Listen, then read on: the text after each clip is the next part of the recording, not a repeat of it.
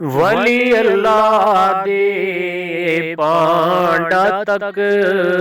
ਕੇ ਪਾਂਦੇ ਖੈਰ ਅਜ਼ੂਰੋਂ ਜੇ ਕਰ ਸਾਫ ਪਿਆਲਾ ਹੋਵੇ ਏ ਪੁਰ ਕਰ ਦੇ ਨੂਰੋਂ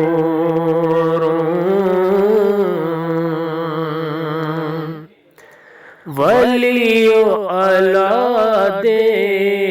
ਸੁਣ ਵੀ ਲੈਂਦੇ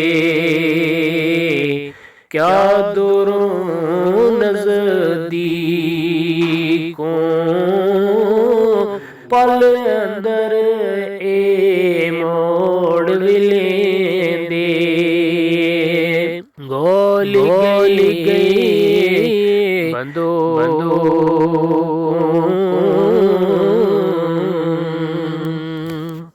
ਵਲੀ ਅੱਲਾ ਦੇ ਮਰਦ ਨਹੀਂ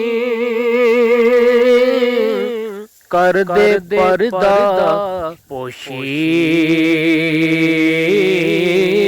ਕੀ ਹੋਇਆ ਜੇ ਦੁਨੀਆ